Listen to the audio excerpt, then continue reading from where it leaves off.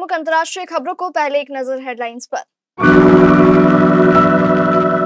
बंगाल में शुभेंदु सरकार का बड़ा एक्शन, टीएमसी सांसद अभिषेक बैनर्जी के खिलाफ एफआईआर दर्ज।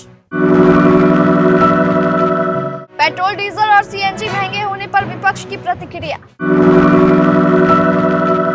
भारत में हर वक्त होगा 3 करोड़ बैरल कच्चा तेल, यूएई संग पीएम मोदी ने की ऐतिहासिक डील। ट्रंप के बोर्ड ऑफ ट्रेड से जिनपिंग को दिक्कत नहीं आई रास। ट्रंप के लौटते ही पुतिन का चीन दौरा फिक्स, बहुत जल्द जिनपिंग से करेंगे रूसी राष्ट्रपति मुलाकात। ट्रंप ने टिकटॉक पर शेयर किया चीन दौरे का वीडियो, अचानक क्यों कर दिया डिलीट। हंता वायरस के बीच एक और खतरे की दस्तक, इबोला ने 65 लोगों की ले ली जान। कांस में रिलीज हो रही फिल्म अम्मा अरियर, जिसे बनाने वाले डायरेक्टर ने गधे को भी बना दिया था हीरो। 3 विकेट वाला सेलिब्रेशन और चैंपियन वाली सोच, लखनऊ में आकाश सिंह ने लूट ली महफिल। और पाकिस्तान की कप्तान फातिमा सना ने बनाया विश्व रिकॉर्ड।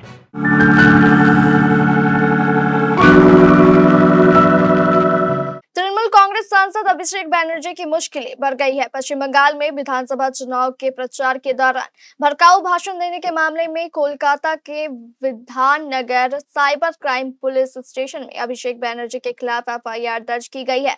इसमें केंद्रीय गृह मंत्री अमित शाह के खिलाफ की गई टिप्पणियों का भी जिक्र है। एफआईआर के मुताबिक सामाजिक कार्यकर्ता राजीव सरकार ने 5 मई को चुनाव नतीजे घोषित होने के एक दिन बाद यह शिकायत दर्ज कराई। सरकार ने बागुहाटी पुलिस स्टेशन में शिकायत दर्ज कराते हुए आरोप लगाया है कि अभिषेक बैनर्जी ने 27 अप्रैल से 3 मई के बीच आयोजित कई चुनावी कार्यक्रमों में भड़काऊ टिप्पणियां की। आरोप लगाया गया है कि इन भाषणों से आपसी दुश्मनी को बढ़ावा मिला और सार्वजनिक शांति भंग हुई। इसमें यह भी लिखा गया है कि केंद्रीय गृह मंत्री अमित शाह को भी धमकियां दी गई। इसमें से कई धाराएं गैर जमानती है, जो दंगों के लिए उकसाने, कई समूहों के बीच नफरत फैलाने और गंभीर धमकी देने से संबंधित है। इस शिकायत में अभिषेक बैनर्जी के विवादित बयानों के वीडियो और लिंक भी प्रमाण के तौर पर सौंपे गए हैं।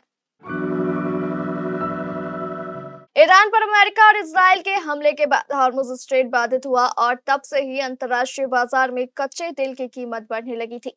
भारत अपनी जरूरत पर तकरीबन 90% तेल आयात करता है। ऐसे में सबसे ज्यादा डॉलर इसी पर खर्च होता है। ऐसे में अंदेशा पहले से ही था कि सरकार तेल की कीमतों में बढ़ोतरी करेगी। शुक्रवार को पेट्रोल और डीजल की कीमतों में 3-3 रुपए प्रति लीटर की बढ़ोतरी की गई। सीएनजी की कीमत में भी 2 रुपए प्रति किलोग्राम की बढ़ोतरी की गई। तेल कंपनियों ने वैश्विक ऊर्जा कीमतों में आई तेजी का बोझ अब उपभोक्ताओं पर भी डालना शुरू कर दिया है।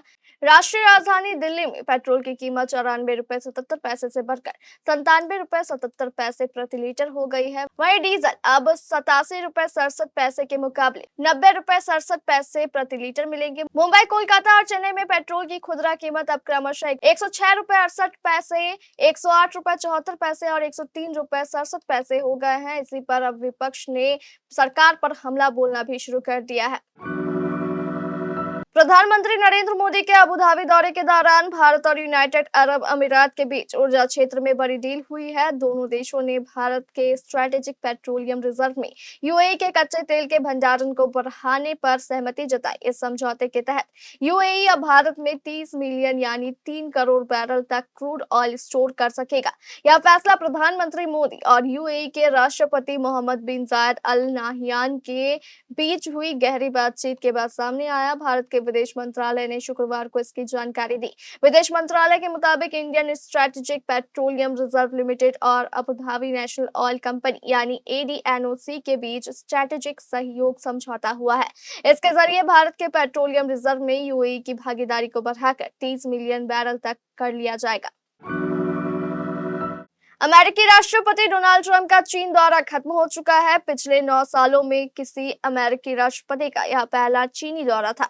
बुसान के बाद दोनों देशों के नेताओं के बीच ये दूसरी मुलाकात थी, लेकिन इस हाई प्रोफाइल दौरे के खत्म होते ही चीन के मीडिया और रणनीतिक गलियारों में एक नई बहस छिड़ गई है। ये बहस अमेरिका के बोर्ड ऑफ ट्रेड और चीन के रचनात्मक, राजनीतिक और स्थिर संबंध के इर्द गिर्द घूम रही है। दौरे से पहले ही ट्रंप और उनके अधिकारियों ने साफ कर दिया था कि व्यापार और अर्थव्यवस्था की उनके मुख्य एजेंडे हैं। इसके लिए अमेरिका ने 5B का फॉर्मूला पेश किया था। अमेरिका का मकसद एक ऐसा व्यापारिक तंत्र बनाना था जिससे भविष्य के विवादों को बढ़ने से रोका जा सके। हालांकि चीन को अमेरिका का यह फॉर्मूला पसंद नहीं आया।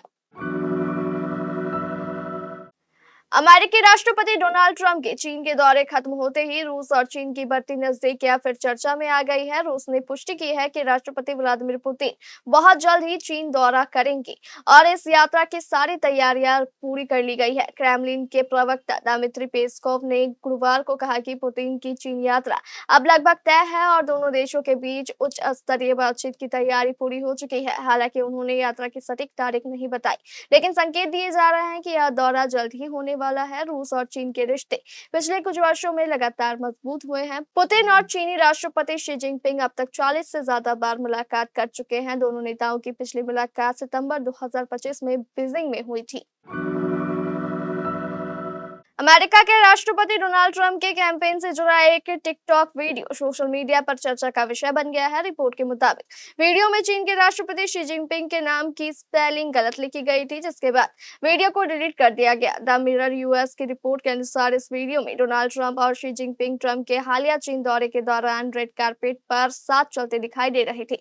विवाद वीडियो में इस्तेमाल किए गए टेक्स्ट को लेकर शुरू हुआ। वीडियो में ट्रंप को राष्ट्रपति ट्रंप लिखा गया था, लेकिन शी जिनपिंग का नाम कथित तौर पर राष्ट्रपति जी लिखा हुआ था।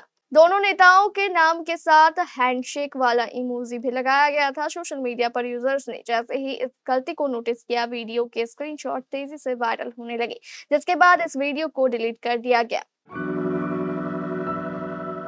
दुनिया अभी हंता वायरस के प्रकोप से जूझ रही थी कि एक बार फिर इबोला वायरस का बड़ा प्रकोप सामने आया है। अफ्रीका की श्रेष्ठ सार्वजनिक स्वास्थ्य संस्था अफ्रीका CDC ने शुक्रवार को कांगो के इतोरी प्रांत में इबोला फैलने की पुष्टि की। अब तक यहाँ 246 संदिग्ध मामले सामने आ चुके हैं, जबकि 65 लोगों की मौत हो चुकी है। स्वास्थ्य अधिकारियों के मुताबिक संक्रमण के सबसे ज्यादा मामले मोंगवालू और रवामपारा हेल्थ जोन में दर्ज किए गए हैं। इसमें से 4 मामलों की प्रयोगशाला में पुष्टि हो चुकी है। इबोला एक बेहद खतरनाक और संक्रामक बीमारी है जो संक्रमित व्यक्ति के खून, उल्टी, व्रिय और अन्य शारीरिक तरल पदार्थों के संपर्क से फैलती है। यह बीमारी दुर्लभ जरूर है, लेकिन अक्सर जानलेवा साबित होती है। अफ्रीका CDC के अनुसार वैज्ञानिक अभी यह पता लगाने में जुटे हैं कि इस बार कौन सा वायरस स्ट्रेन संक्रमण फैला रहा है। कांगो में पहले इबोला जार स्ट्रेन का प्रकोप सबसे ज्यादा देखा गया था, लेकिन शुरुआती जांच में इस बार किसी दूसरे वेरिएंट के संकेत मिले हैं। वायरस की जीन सीक्वेंसिंग का काम जारी है। भारतीय सिनेमा के इतिहास में कुछ नाम ऐसे हैं जो चमक दमक वाली दुनिया से दूर अपनी एक अलग ही लकीर खींचते हैं। महान और बेबाक Malayalam film maker John Abraham उन्हीं में से एक है। जॉन सिर्फ एक डायरेक्टर नहीं, बल्कि एक विद्रोही कलाकार थे, जिन्होंने व्यावसायिक सिनेमा के बने बनाए ढर्रे को तोड़कर न्यू इंडियन सिनेमा की नींव रखी। अब 79वें कांस फिल्म फेस्टिवल 2026 के वर्ल्ड प्रीमियम शो में शनिवार को जॉन अब्राहम की सबसे चर्चित मलयालम फिल्म अम्मा अरियान का प्रदर्शन होगा। पुणे के FTII से गोल्ड मेडल जीतने वाले जॉन का मानना है कि फिल्म बनाना कोई ऐसी चीज नहीं जो सिखाई जा सके, बल्कि यह तो अंदर से आने वाली एक कला है। उन्होंने अपनी पूरी जिंदगी एक घुमक्कर की तरह बिताई और सुख सुविधाओं को ठोकर मारकर आम आदमी के आवाज को पर्दे पर उतारा। भले ही उन्होंने अपने पूरे जीवन में केवल 4 फिल्में बनाई, लेकिन वे चारों फिल्में आज भी सिनेमा के छात्रों के लिए किसी बाइबल से कम नहीं है।